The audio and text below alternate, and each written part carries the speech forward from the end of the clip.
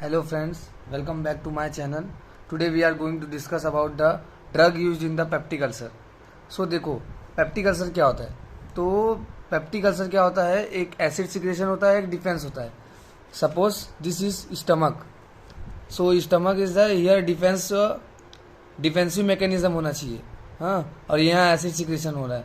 जब भी acid secretion और डिफेंस में दोनों में इम्बैलेंस हो जाएगा तो क्या होगा, पेप्टिक अल्सर हो जाएगा। सो बेसिकली एसिड सिक्रेशन, सो अपने को कौन कौन सा ड्रग यूज करना है, 3 अप्रोचेस है अपने पास। 3 अप्रोच क्या क्या है। पहला, या तो एसिड सिक्रेशन अपन डिक्रीज कर दे, या तो डिफेंस एसिड सिक्रेशन डिक्रीज कर दे, या तो फिर एंटी एसिड दे जाकि जो कि न्यूट्रलाइज कर दे एसिड को, और या तो फिर थर्ड क्या है, डिफेंस। जो भी डिफेंस है उसको डिफेंस इंक्रीज कर देंगे। जब भी डिफेंस इंक्रीज कर देंगे तो सिक्रीशन कितना भी होगा वो प्रोटेक्ट कर लेगा अल्सर होने से। So in the see first definition, peptic ulcer result from the imbalance between the acid secretion and mucosal defense. Then what are the drug used? First 3 approaches है। पहला क्या करेंगे, न्यूट्रलाइज करेंगे गैस्ट्रिक एसिड सिक्रीशन। सेकंड क्या करेंगे, reduce करेंगे secretion. And third one is ulcer protective, means ulcer जो भी है, जो भी डैमेज कर रहा है म्यूकोसल मेम्ब्रेन को, उससे उसको प्रोटेक्ट करेंगे। तो फर्स्ट क्या है, मैं उसमें क्या आता है, एंटासिड्स, इसको बोलते हैं एंटासिड्स।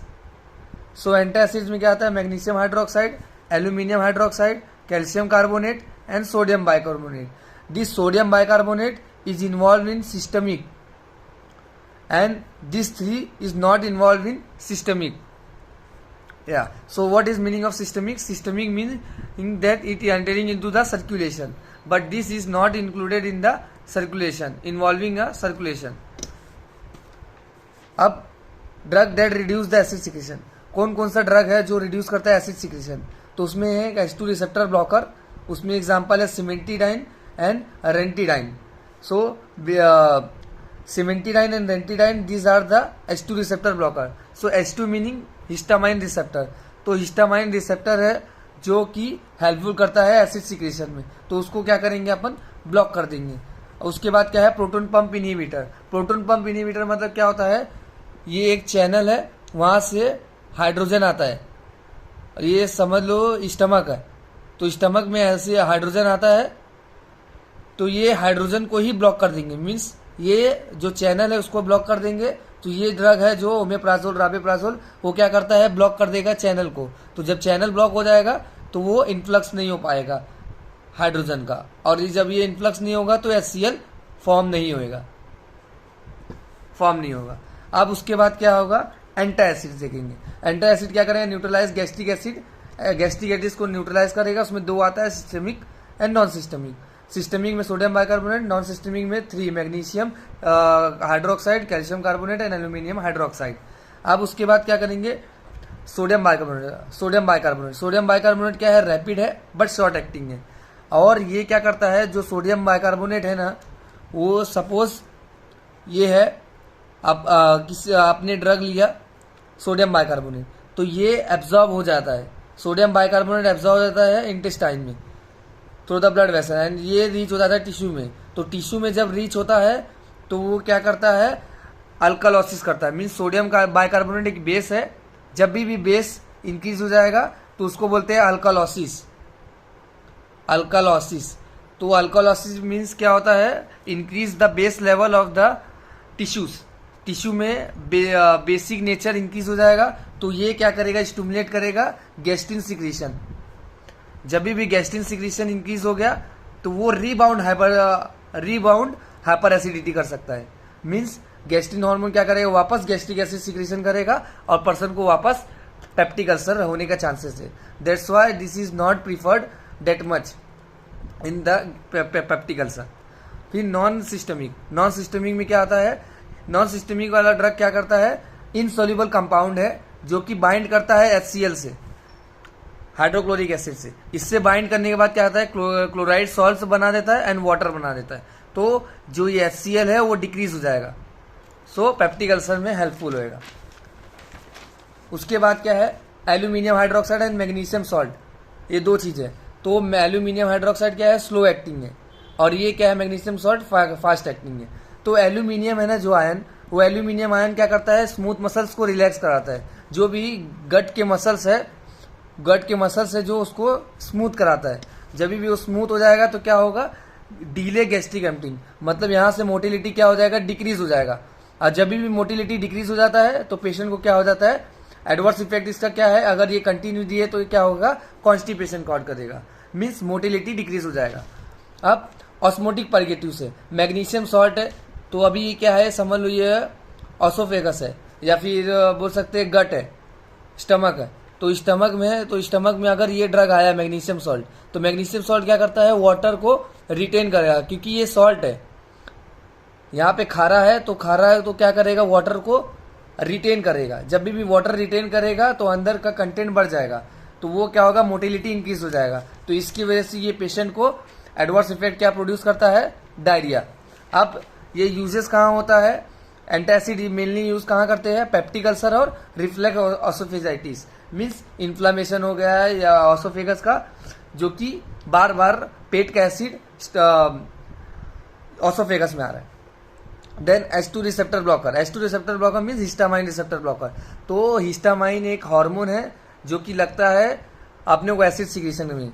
तो अगर ये हिस्टामाइन रिसेप्टर नहीं रहा, हिस्टामाइन रिसेप्टर को अगर ब्लॉक कर देते हैं तो हिस्टामाइन सिक्रीशन नहीं होगा, और उसकी वजह से एसिड सिक्रीशन भी स्टॉप हो जाएगा। अब रेंटिडाइन बहुत ही प्रिफर्ड है, रेंटिडाइन एक सिमेंटिडाइन, दो है, बट रेंटिडाइन बहुत प्रिफर्ड है because of less adverse effect. Adverse effect कम है, इसकी वजह से वो ज़्यादा प्रीफर करते हैं। उसमें एग्जांपल क्या है, dizziness, diarrhoea, muscle pain, headache, ये 4 एडवर्स इफेक्ट है। उसके बाद क्या है, सिमेंटिडाइन क्या है, इसका बहुत सारा एडवर्स इफेक्ट है, दैट इज एंटी एड्रेनर्जिक है, मीन्स एड्रोजेनिक हार्मोन पे भी कुछ अफेक्ट करता है। Gynaecomastia means development of breast in the male. फिर उसके बाद CNS इफेक्ट है, कंफ्यूजन रहता है, डेलीरियम रहता है। फिर उसके बाद क्या है, इनहिबिट द माइक्रोसोमल एंजाइम, मतलब कि ये क्या करता है, लीवर में एंजाइम रहता है उसको भी ये इनहिबिट कर देता है। तो ये एंजाइम जब इनहिबिट हो जाता है तो क्या होगा, मेटाबॉलिज्म भी क्या हो जाएगा, डिक्रीज हो जाता है। कोई भी ड्रग का मेटाबॉलिज्म क्या हो जाएगा, डिक्रीज हो जाएगा।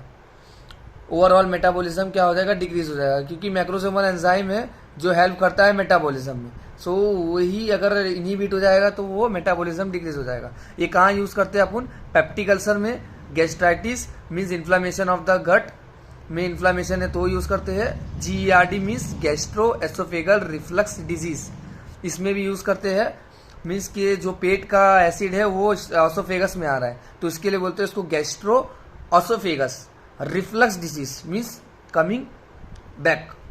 And then pre anaesthetic medication में क्यों करते हैं, ताकि जो भी सिक्रीशन है वो डिक्रीज हो जाए। As the during the case of surgery operation करने के टाइम क्या करते हैं, प्री एनेस्थेटिक मेडिकेशन के तौर पे यूज करते हैं। तो ये रिसेप्टर ब्लॉकर है, वो क्या करेगा, सिक्रीशन को कम कर देगा। देन प्रोटोन पंप इनहिबिटर आता है। प्रोटोन पंप इनहिबिटर क्या है, प्रोटोन पंप इनहिबिटर क्या करेगा, एक ये हाइड्रोजन का चैनल है ना, जो हाइड्रोजन चैनल है उसको क्या करेगा, इनहिबिट कर देगा, ब्लॉक कर देगा। तो जब ये हाइड्रोजन चैनल ब्लॉक कर देगा तो हाइड्रोजन अंदर नहीं आ पाएगा और HCl सिक्रीशन स्टॉप हो जाएगा। तो इसका क्या हो रहा है, proton pump inhibitor inhibit the sodium hydrogen potassium ATPase enzymes and decrease secretion को क्या कम कर देगा। देन ये प्रोड्रग है। तो प्रोड्रग क्या होता है, बेसिकली ये इनएक्टिव फॉर्म में रहता है, जब भी ये बॉडी के अंदर जाता है तो वो एक्टिव फॉर्म में कन्वर्ट हो जाता है। तो ये ओमेप्राजोल एक प्रोड्रग है। तो ये किस में कन्वर्ट हो जाएगा, जब भी बॉडी में एंटर होगा तो सल्फेनिक एसिड में कन्वर्ट हो जाएगा, और जब सल्फेनिक एसिड में कन्वर्ट होगा तो वो सल्फेनामाइड में कन्वर्ट होगा, और ये सल्फेनामाइड बाइंड हो जाएगा, इसमें क्या बोलते हैं, ATPase मीन्स पंप में, हाइड्रोजन पंप। तो ये हाइड्रोजन पंप में बाइंड हो जाएगा तो सिक्रीशन नहीं हो पाएगा, because HCl secretion required H+ ions. So H+ ions नहीं रहेगा। तो इसका एडवर्स इफेक्ट क्या हो जाएगा, प्रोलॉन्ग एसिड सप्रेशन और nausea means feeling like vomiting and prolong acid suppression meaning कि अगर ये एसिड कम कर रहा है तो ये ज़्यादा फास्टर एक्टिंग है, ये ये ड्रग है जो proton pump inhibitor, most of the time ये फास्ट एक्टिंग करता है और ये बहुत इफेक्टिव है। सो ये क्या करेगा, कंटिन्यू प्रोलॉन्ग्ड एसिड सप्रेस करके रखेगा। तो जब ये सप्रेस करके रखेगा तो it can causes A bacterial overgrowth, bacterial को क्या कर देगा, ओवर ग्रोथ कर देगा।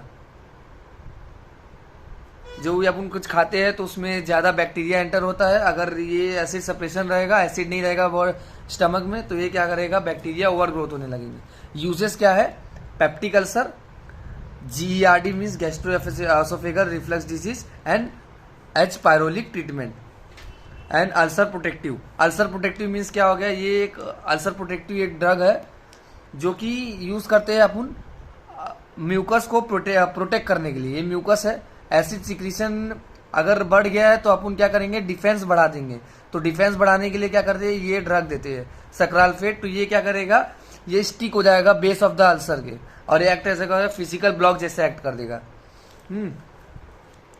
Thank you so much for watching this video, and if you have any doubt then comment me.